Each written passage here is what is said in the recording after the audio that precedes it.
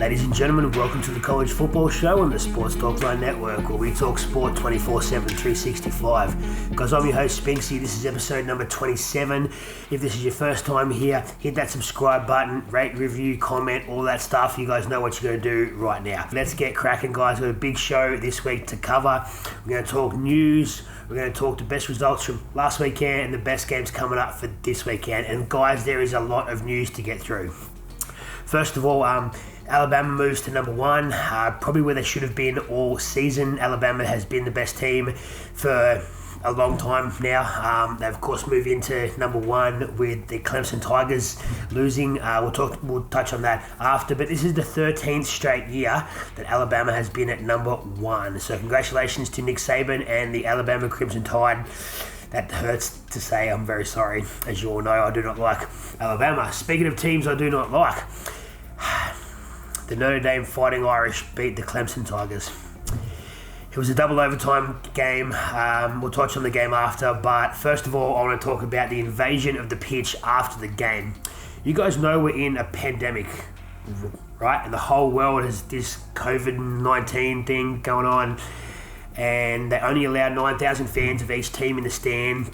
There was 18,000 in the stand only. Notre Dame goes to double overtime and wins the game, and fans rush the field. There was about 40,000 on the field. I don't know where these fans come from. There was more fans on the field than there was in the stand. I don't know what is going on there. Anyway, the game's still going ahead this weekend, so all the best to the fans that are on the field. Hopefully you guys aren't sick at the moment, and if you are, you're an idiot, okay? The game between Air Force and Wyoming's been cancelled due to COVID. There's a lot more COVID-related games being cancelled this weekend or postponed. We'll touch on them too. LSU quarterback Miles Brennan has a hip injury and he'll be out for the remainder of the season. I don't think that matters because LSU are crap. Anyway, so let's get real here for a second. This is week 10, I think, or 11 coming up this week. There's a lot going on. And some of the teams are out of it now, and some of the teams don't seem to care at all, and that shows. In sad news, Penn State running back Journey Brown, he's retiring from the game. Brown's got a heart condition, and he'll be retiring. He's a redshirt junior, and he will not be seeing any more football action. So, look, good luck to him and his family as he goes through this. He's going to have a tumultuous life, I'm sure, so good luck to him going forward. Journey, mate, your thoughts are always with you, mate. Thank you. Look, the games that have been cancelled so far this weekend, the list just keeps on growing and growing every single day.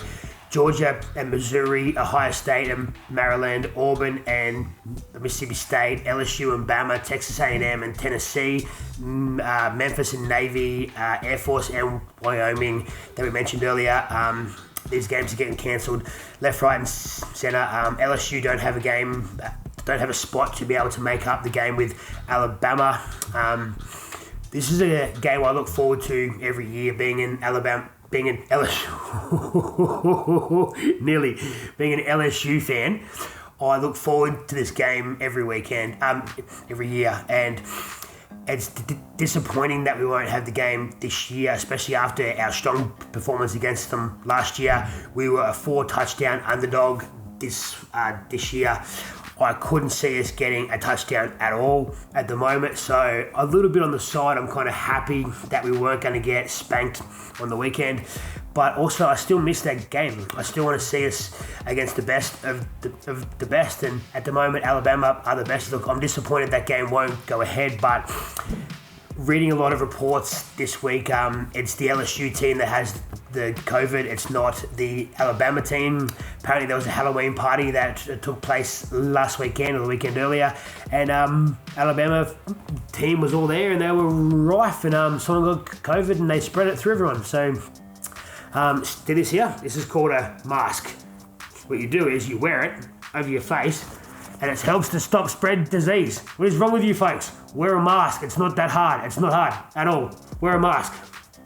Otherwise, now we have to sit here with hardly any football on this weekend. If you want to watch crappy games all weekend, go right ahead. You go out there and don't wear a mask. But if you want to watch the best of the best, don't go out there spreading your disease everywhere when there's a simple option for it. Wear a goddamn mask, folks. Sort it out. I'm sick of this crap. Right, Let's talk about the biggest results from Week 10.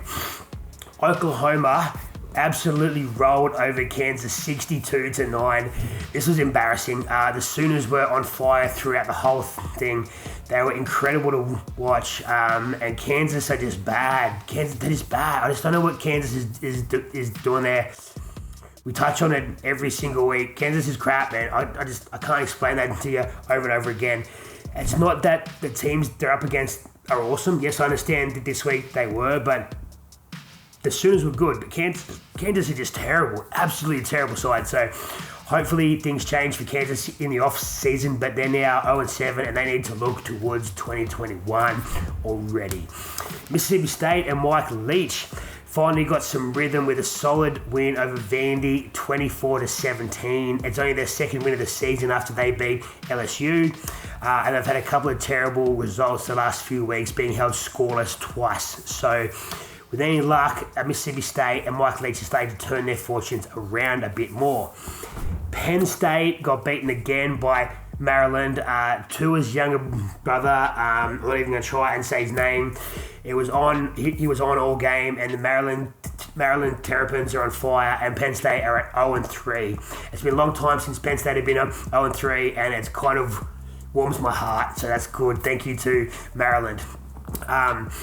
Texas A&M smoked South Carolina 48-3, and A&M are now in the top 5. We'll talk about that after, but A&M are in the top 5 now, and they could be pushing for a chance to play a big match coming up really soon. Stay tuned, guys.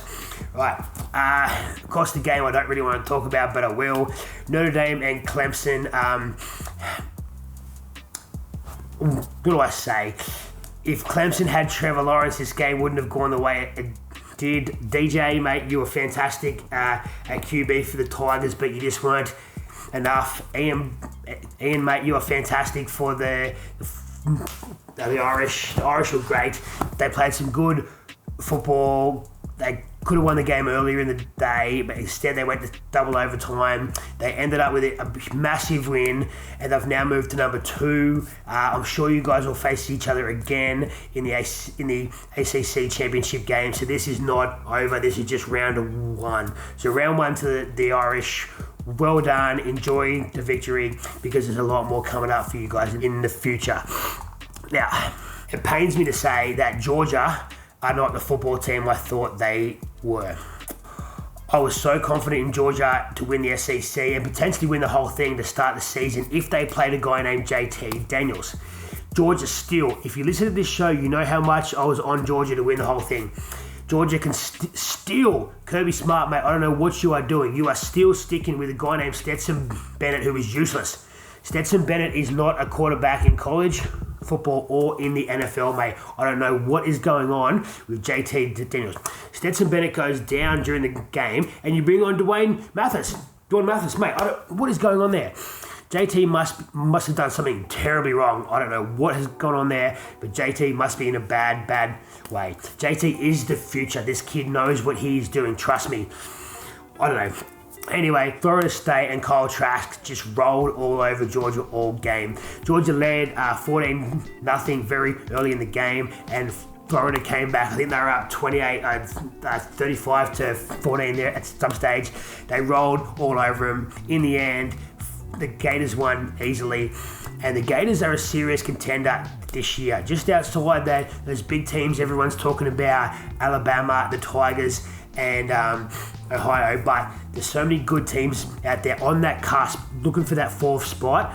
Be very interesting to see how things go. All right, guys, let's talk AP Top 25.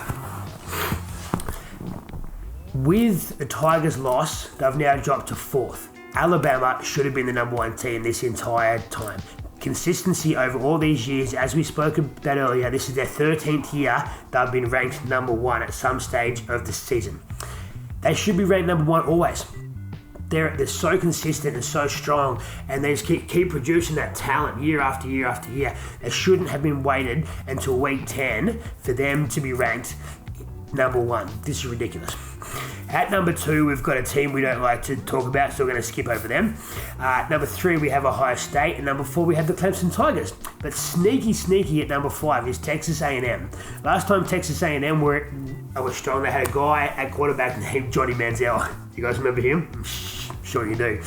Number 6, you have the Florida Gators. Cincinnati continues to roll at 7-0 in number 7. BYU are at 8. Miami's at 9. And rounding out the top 10 is Wisconsin. And that's not bad, right? The Badgers are doing okay. We'll see how they go going forward. Oregon at 11. Georgia drops to 12. Georgia might as well drop to 156. No one really cares now. If you're not going to make that SEC championship game, you are done. Ta-ta. So, and of course, this show's favourite team, the Coastal Carolina Chanticleers, continue to roll 7-0. The boys are at 15. Want to see them creep a bit higher. I want to see them get inside that top 10. A few more L's for those teams in front of them, and things will start to change, I'm sure. Oklahoma Sooners are back in there at 18 as well. USC's in there after having a few games this season. The Texas Longhorns are in there too. Go the Horns, horns up. Auburn's in there. And the Raging Cajuns, the second Sunbelt team, are back in there at number 25. Now, guys, let's talk about the best games coming up this weekend. Oh, that's right. There isn't any, because no one decided to wear a goddamn mask. All you had to do was wear a mask. Now you have to sit there and watch Penn State and Nebraska, two teams who haven't won a game in 6 combined games. That's your fault. You have to sit there and watch this crap because you guys wouldn't wear a goddamn mask. You're an idiot. I'm done. I'm out.